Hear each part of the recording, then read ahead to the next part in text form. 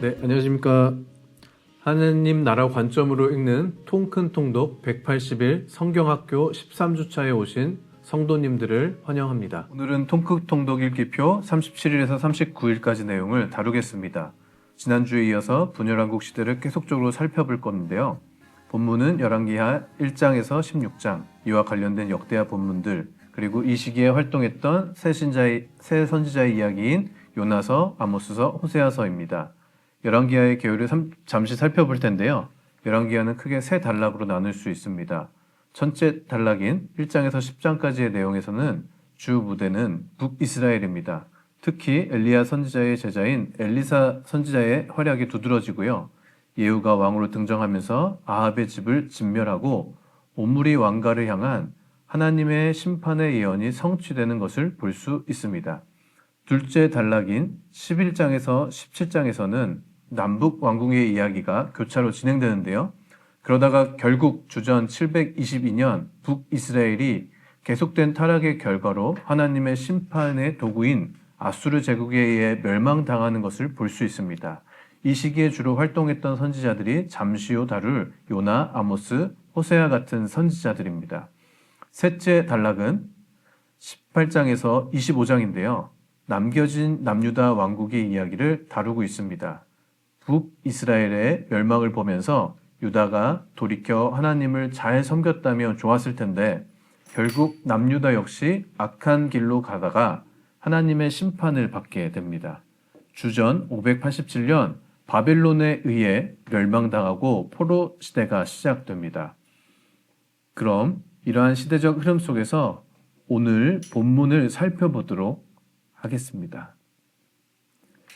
열왕기하는 엘리야 선지자가 불병거를 타고 승천하고 그의 제자 엘리사가 엘리야의 사역을 이어받는 것으로 시작됩니다. 그리고 묘하게도 한동안 열왕기하의 왕들의 이야기보다 엘리사 선지자 한 사람의 사역에 포커스를 두고 진행됩니다.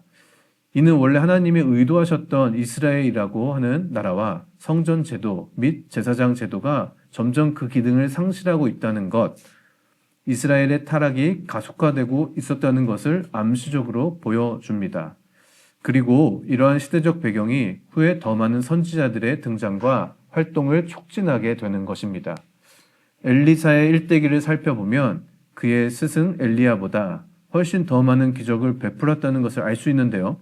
열왕기상 1장에서 10장까지는 약 17변의 기적을 일으킨 것으로 묘사됩니다. 그 중에 몇 가지만 추려서 엘리야와 비교해보면 다음과 같습니다. 그가 바랬던 것처럼 딱 보아도 엘리야의 갑절의 영감을 가진 듯 보입니다. 그러나 이는 단순히 엘리사가 엘리야보다 뛰어나다는 것은 아니고 이스라엘의 타락이 심해져 가고 백성들이 더욱 고통받는 상황 가운데서 하나님이 더더욱 적극적으로 자기 백성을 돌보시고 구원하셨다는 것을 말해줍니다. 이 이미지는 예후의 것으로 추정되는 두상의 모습입니다. 열왕기하 8장에서는 엘리사는 한 제자를 길르앗 라못으로 보내서 아합 왕의 장군 중 하나였던 예후를 북이스라엘의 왕으로 기름 붓습니다. 예후는 군대를 일으켜 당시 이스라엘에 있던 북이스라엘의 요람 왕을 살해하게 됩니다. 요람 왕은 아람과의 전쟁에서 얻은 상처를 치료하기 위해 요양 중이었는데요. 당시 그를 문병하기 위해 찾아왔던 남왕국의 아하시아 왕 역시 예후에 의해 살해당하게 됩니다. 예후는 이어 에세벨 여왕도 살해하게 되는데 이세벨은 난간에서 밀쳐져 생명을 잃게 되었고 그 시체가 개들에게 먹혀서 수습조차 할 수 없는 아주 비참한 최후를 맞이하게 됩니다. 뿐만 아니라 예후는 아합의 집에 남은 모든 자와 또 바알의 선지자와 바알을 섬기는 자들을 모아서 진멸하게 됩니다. 이 모든 것은 하나님께서 아합의 집을 향한 하신 심판의 예언이 이루어진 것입니다.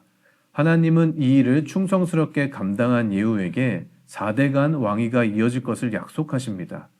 그러나 예후 역시 전심으로 여호와의 율법을 따르지 않았고 이스라엘에게 범죄한 여로보암의 죄, 즉 금송아지를 섬기게 한 죄를 떠나지 않았다고 성경은 평가하고 있습니다.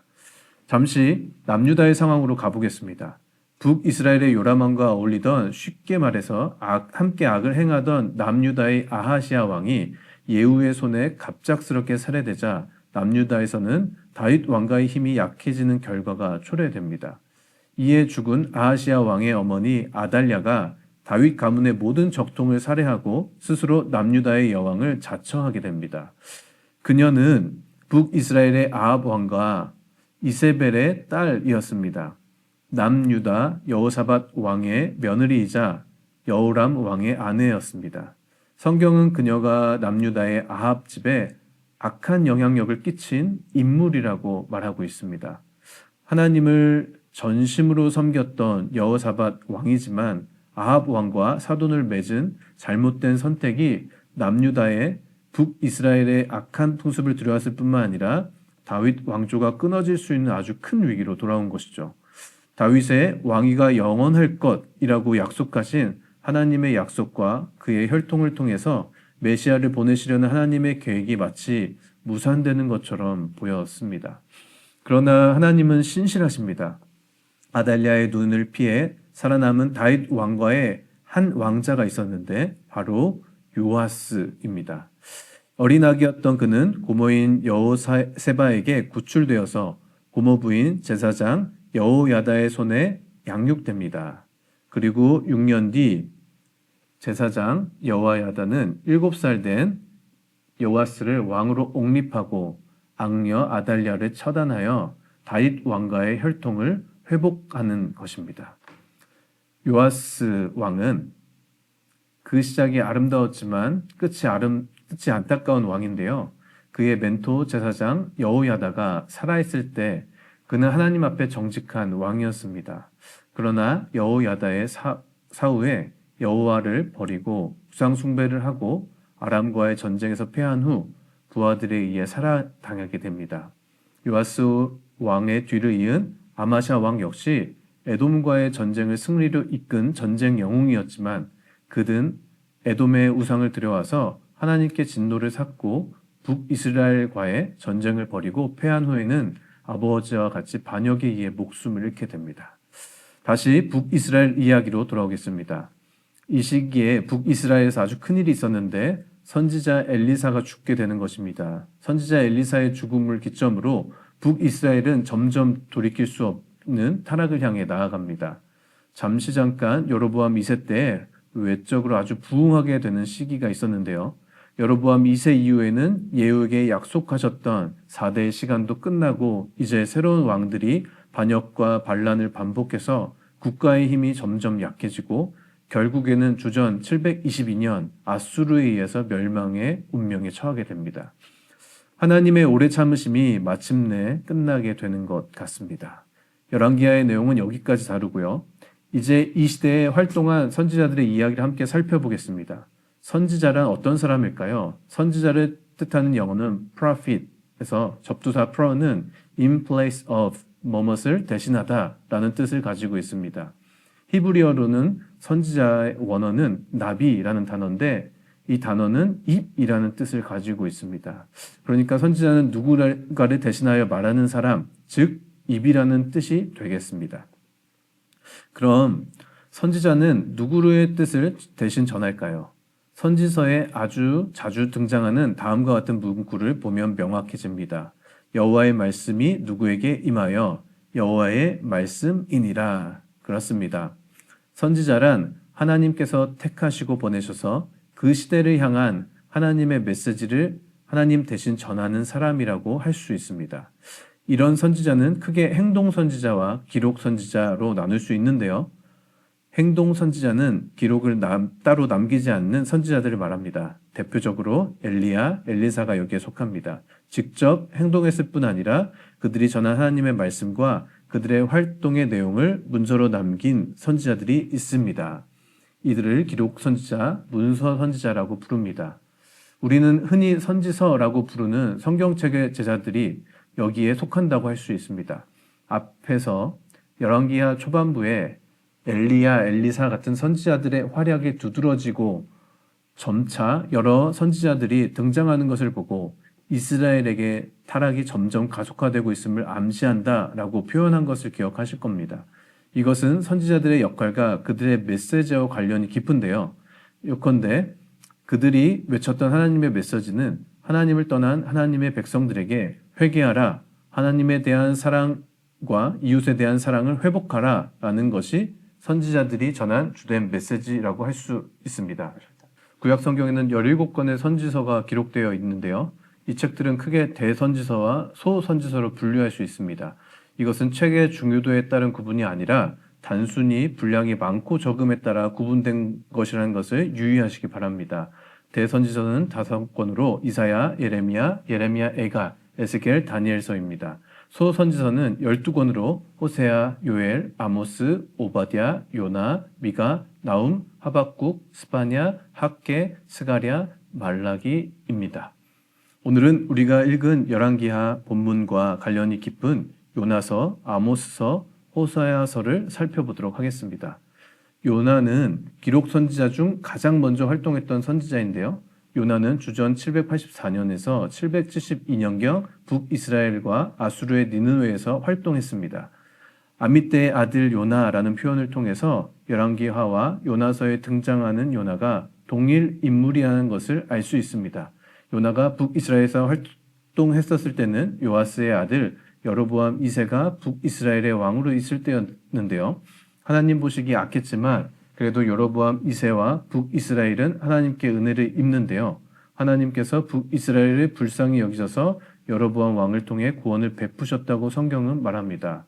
그리고 이 일을 예언했던 선지자가 바로 요나입니다. 지도를 보시면 하맛 어귀는 이스라엘 북부 아수르와의 접경 지점에 있다는 것을 알 수 있습니다. 아라바 바다는 사해 바다를 말합니다. 쉽게 말해 비록 하나님 보시기에 악했던 시기이지만 외적인 모습을 볼 때는 북이스라엘의 국세가 점차 회복되어 가고 있었기에 북이스라엘의 부에 대한 기대감이 고조됐던 시기였다는 것을 짐작해 알 수 있습니다. 바로 이때 요나가 자국인 북이스라엘이 아니라 원수의 나라 아수르의 니느웨로 부름을 받게 됩니다. 1장에서 요나에게 니느웨로 가라는 하나님의 메시지가 임합니다. 요나는 불순종하여 다시스로 가는 배에 오릅니다. 다시스는 오늘날 스페인 남부에 위치한 지역으로 추정되는데요. 당시에는 땅끝이라고 여겼던 곳입니다. 요빠 항구에서 느네웨까지 거리가 대략 880km인 반면 다시스까지 거리는 약 4000km 됩니다. 아주 적극적인 불순종입니다. 그러나 하나님께서는 풍랑을 보내시고 바다에 던져진 요나를 위해 큰 물고기를 예비하셔서 요나를 돌이키시게 하십니다. 이 장에서는 큰 물고기의 뱃속에서 요나가 기도하는 모습이 등장합니다. 3일이 지나자 물고기가 요나를 땅에 토해냈는데요. 훗날 예수님이 자신의 죽음과 부활을 이 사건에 비유하여 말씀하시기도 합니다. 3장에서 다시 하나님의 메시지를 받은 요나는 이번에는 니느웨로 갑니다. 그리고 니느웨를 향한 심판의 메시지를 전하는데 놀라운 일이 벌어집니다. 니느웨 성 전체가 죄를 뒤집어쓰고 회개하기 시작하는 것입니다. 그리고 하나님께서는 마음을 돌이키셔서 그들에게 내릴 심판을 거두십니다. 요나는 그 모습을 보고 매우 싫어하고 성을 내며 하나님께 따지는 기도를 드립니다. 그는 하나님의 은혜롭고 자비로우시며 노하기를 더디하시며 이내가 크신 성품을 내가 알았기에 이곳에 오고 싶지 않았다라고 이야기합니다. 그러나 하나님께서는 차라리 죽기를 구하며 성내는 요나에게 박넝쿨을 보내주셔서 하나님께서 얼마나 사람의 생명을 소중하게 여기시는지 얼마나 영혼들을 귀하게 여기시는지를 깨우쳐 주십니다. 요나서를 통해 우리는 하나님의 뜻과 나의 뜻이 상충될 때 우리의 뜻을 고집하고 꺾지 않는 우리의 악한 모습을 발견하게 됩니다. 또 하나님의 제사장 나라로서 부름받았던 이스라엘 나라의 사명을 제대로 이해하지 못했던 요나의 잘못된 이해도 발견하게 됩니다. 아모스서를 살펴보도록 하겠습니다. 아모스 선지자는 북이스라엘 여로보암 2세 때 북이스라엘에서 활동한 선지자입니다. 원래 아모스는 남유다 예루살렘 근교의 드고아에서 양을 치고 뽕나무를 가꾸던 목동이었습니다. 그렇기에 일반 평민과 가나안 이들의 삶을 아주 잘 알고 있었죠. 앞서 살펴본 내용에서 여로보암 2세 때 북이스라엘의 국세가 회복되고 있었다고 말씀드렸는데요. 실제로 역사적으로 보면 여로보암 2세 때는 솔로몬과 아합의 뒤를 이어 경제적으로나 정치 군사적으로나 가장 북이스라엘이 번성했던 시기였다고 합니다. 동시에 점점 심해지는 우상 숭배와 함께 사회 정의가 땅에 떨어진 시기이기도 했습니다. 빈익빈 부익부 현상은 점점 심해졌고 상류층의 사치스럽고 방종한 삶과 하층민의 억눌린 삶 사이에 괴리가 심해지고 있었습니다. 이런 상황에서 부름받은 아모스는 북이스라엘의 우상 숭배의 중심지인 베델에서 하나님의 메시지를 전합니다.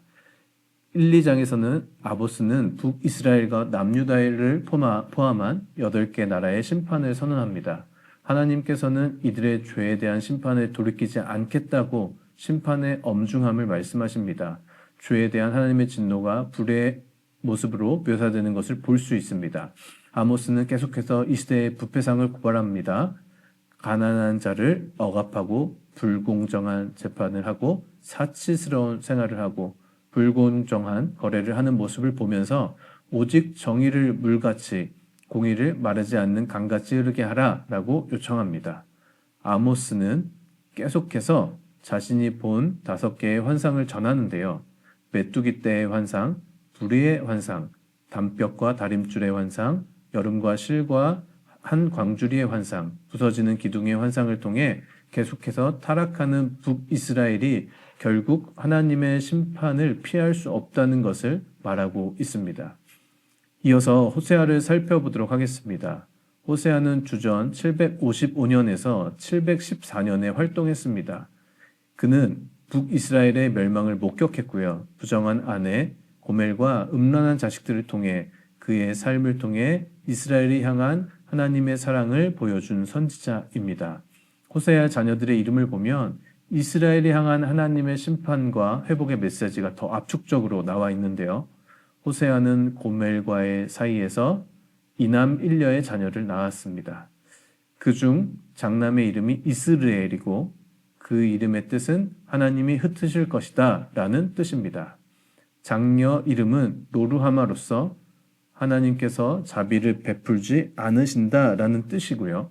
차남의 이름은 로암미로서 내 백성이 아니다 입니다. 하나님께서 북이스라엘이 향한 심판의 뜻을 호세아의 자녀들의 이름을 통해서 강하게 보여주고 계신 것입니다.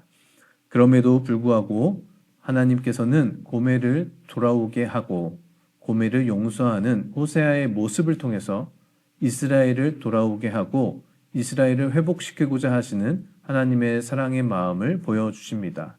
호세아서에서 가장 핵심적인 구절은 4장 1절에서 6절 그리고 6장 1절, 3절, 6절이라고 할 수 있습니다. 이스라엘 자손들아 여호와의 말씀을 들으라. 여호와께서 이 땅의 주민과 논쟁하시나니 이 땅에는 진실도 없고 인애도 없고 하나님을 아는 지식도 없고 내 백성이 지식이 없으므로 망하는도다. 내가 지식을 버렸으니 나도 너를 버려 내 제사장이 되지 못하게 할 것이요 내가 내 하나님의 율법을 잊었으니 나도 내 자녀들을 잊으리라. 오라 우리가 여호와께로 돌아가자. 여호와께서 우리를 찢으셨으나 도로 낫게 하실 것이요 우리를 찢으셨으나 싸매어 주실 것임이라. 그러므로 우리가 여호와를 알자. 힘써 여호와를 알자. 나는 이해를 원하고 제사를 원하지 아니하며 번제보다 하나님 아는 것을 원하노라. 여기까지 열왕기상 1장에서 16장까지 내용과 역대하 본문들 요나서, 아모스서, 호세아서의 내용을 살펴보았습니다. 성경을 살펴보면 볼수록 우리 안에 있는 연약함과 죄성에 대해서 계속적으로 볼 수 있는데요. 동시에 우리를 향한 하나님의 끝없는 사랑을 볼 수 있습니다. 하나님은 오래 참으시고 또한 꺼져가는 등불을 끄지 아니하시는 분이십니다. 우리가 바라기는 끝끝내 멸망의 길로 달려가는 죄인의 삶을 살아가는 것이 아니라 우리를 향한 끝없는 하나님의 사랑을 경험하고 깨달아서 다시 돌이켜서 하나님 앞에 돌아오고 그 사랑을 경험하고 다시 한번 이웃에게 전하는 우리가 되기를 소망합니다. 감사합니다.